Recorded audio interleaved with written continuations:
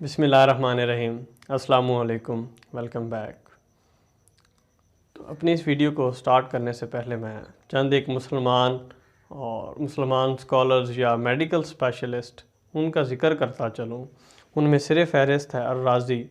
अर्राज़ी की जब बात की जाए तकरीबन आज से 1090 साल पहले उसने मेडिकल साइंस की जो उसकी अप्रोच थी उस पे जो उसने मोर दैन 200 बुक्स लिखी थी। अर्राज़ी ने तकरीबन आज से 1090 साल पहले मेडिकल साइंसेस पे मोर दैन 200 बुक लिखी थी।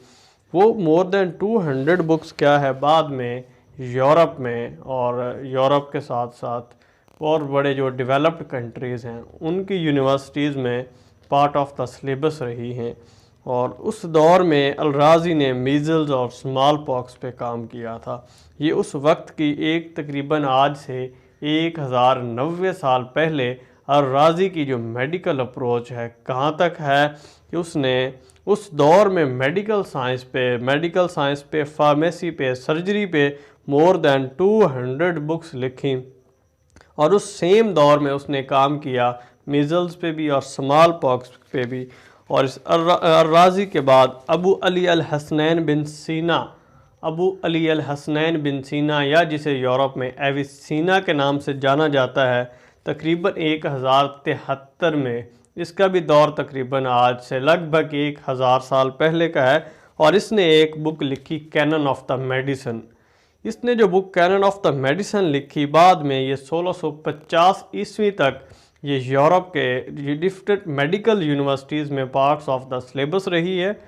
और उसके बाद अबू रेहान अल बैरूनी ने 1047 में फार्माकोलॉजी पे काम किया।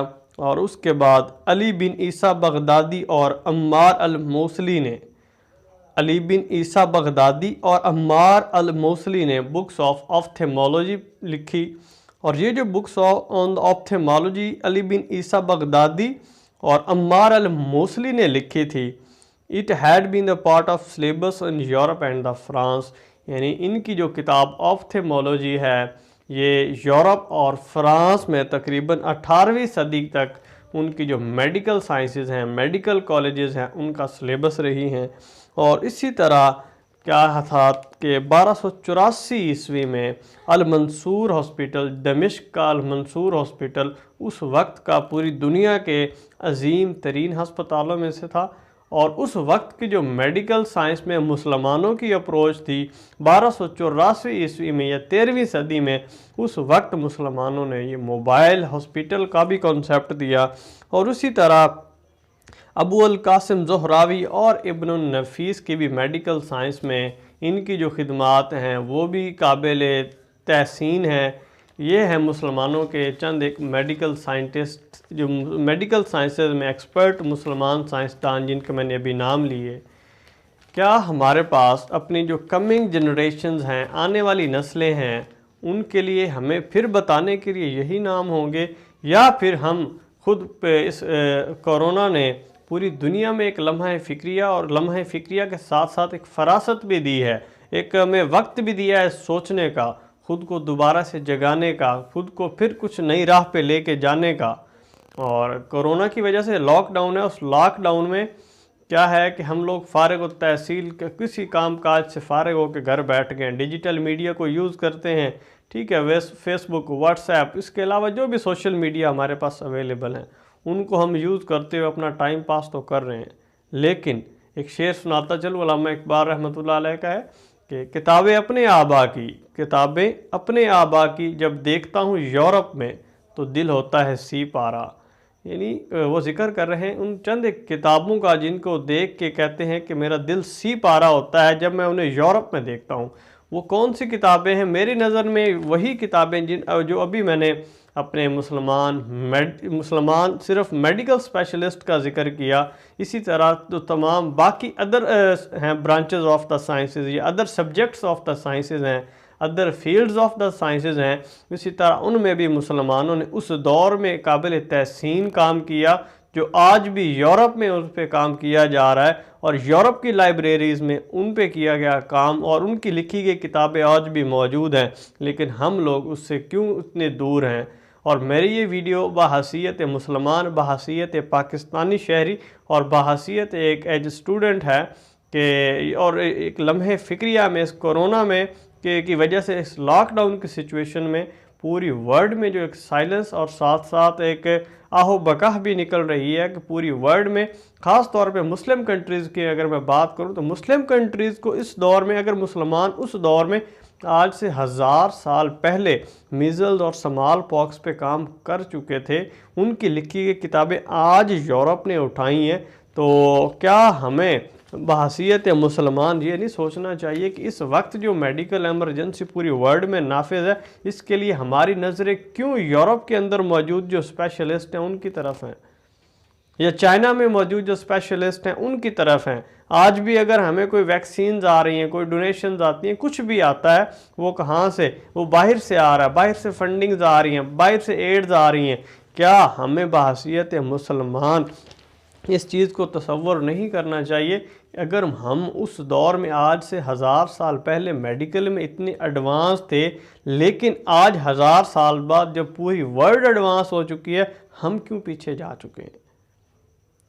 तो मेरी आज की इस वीडियो का ऑब्जेक्टिव यही है कि हमें इन लॉकडाउन की सिचुएशन में उन किताबों को, इस डिजिटल मीडिया को यूज़ करते हुए हमें उन किताबों को ढूंढना चाहिए और हमें ख़ुद पे गौर करना चाहिए। हमारे लिए लम्हा फ़िक्रिया है, 1000 साल पहले जो कौम पूरी वर्ल्ड को मेडिकल साइंस सिखाती है, और आज वो इस कोरोना की वजह से आज इस दुनिया में इस वक्त 52 कंट्रीज़ हैं जो सिर्फ इस्लामिक कंट्रीज़ हैं। इस्लामिक कंट्रीज़ 52 होने के बावजूद हम मुसलमान इतने कमज़ोर हैं कि हमारे पास इस कोरोना जैसी एपिडेमिक का कोई सोल्यूशन नहीं है। इसके लिए हमारे पास कोई वैक्सीन अवेलेबल नहीं है। अगर नहीं अवेलेबल, क्या हम इस वक्त इस पे कुछ काम कर रहे हैं? क्या जो हम काम कर रहे हैं उससे मुस्बित या पॉजिटिव रिज़ल्ट्स की कितनी एक्सपेक्टेशंस है कि हम इस पे अपने पॉजिटिव रिज़ल्ट्स दे पाएंगे, या हमारे फिर नज़र है किसी अदर देन मुस्लिम कंट्रीज़ पे कि शायद वो वैक्सीन जल्दी बनाएं और जिससे पूरी दुनिया में ये मेडिकल एमरजेंसी ख़त्म हो।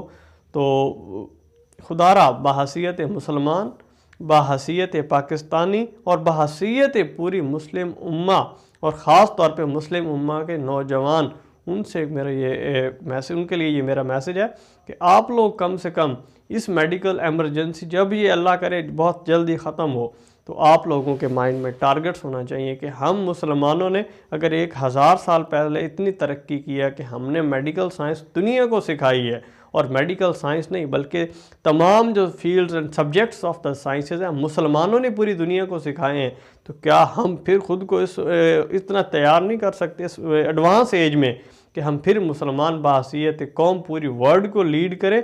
और इस्लाम क्या चीज़ है? इस्लाम एक complete code of the life है। एक complete code of the life क्या है कि इसमें ज़िंदगी के हर पहलू के लिए हिदायत मौजूद है। क्या जब यूरोप 1000 साल पहले हम मुसलमानों से इल्म की रोशनी ले सकता है, हमारी इल्म की रोशनी से की किरणों से पूरी दुनिया रोशन हो सकती है, तो अब क्यों नहीं हो सकती? तो हमें इंशाअल्लाह अपना वो दौर मिल के और एक अहद के साथ, एक जद्दोजहद के साथ और एक मुसलसल जद्दोजहद के साथ अपना वो दौर वापस लाना है, अपनी उस खोई हुई साख को वापस लाना है कि आइंदा अगर कभी कोई ऐसी सिचुएशंस पूरी वर्ल्ड में आए, किसी भी वर्ल्ड में किसी भी कंट्री को आए, उसमें जो सबसे पहली सफ़ में हो वो मुसलमान हो। तो हमें चाहिए कि बहैसियत मुसलमान, बहैसियत मुस्लिम साइंटिस्ट, बहैसियत मुस्लिम यंग स्कॉलर्स, बहैसियत मुस्लिम यंग जनरेशन्स, हमें अपनी इंशाअल्लाह इस कोरोना जैसे ही एंड होता है, उस एंड होने से पहले पहले हमें खुद पे गौर करना चाहिए और अपने अपने लेवल पे, बजाय इसके कि हम किसी को तनकीद का निशाना बनाएं, बल्कि हमें कोशिश करनी चाहिए कि हम बहैसियत मुसलमान कैसे अपनी उस खोई हुई साख को वापस ला सकते हैं और इस इनफरादी क़ुव्वत पे काम करें और इस डिजिटल मीडिया का एक पॉजिटिव यूज़ करें। तो अगेन मैं यही कहना चाहूँगा कि क्यों अल्लामा इकबाल कहते हैं कि किताबें अपनी आबा की देखता हूँ, यूरोप में तो दिल होता है सी पारा होने की वजह यही है कि हमारी किताबें उनके लाइब्रेरीज़ में और वो फ़ायदा उठाते हैं और हमारे ही आबा व अजदाद की हमारा वही विरासत है, हमारी वही असास है और हम उसका ख्याल नहीं करते, हमें उसके बारे में इल्म ही नहीं है, ख्याल तो बात की बात है। तो हमें क्या है, ख़ुद फिर से उठना होगा, फिर से जद्दोजहद करनी होगी, फिर से अहद करना होगा और फिर इंशाअल्लाह अपने वो मकाम हासिल करना होगा। आज के लिए इतना ही। स्टे ब्लेस्ड, स्टे ट्यून्ड, अल्लाह हाफिज़।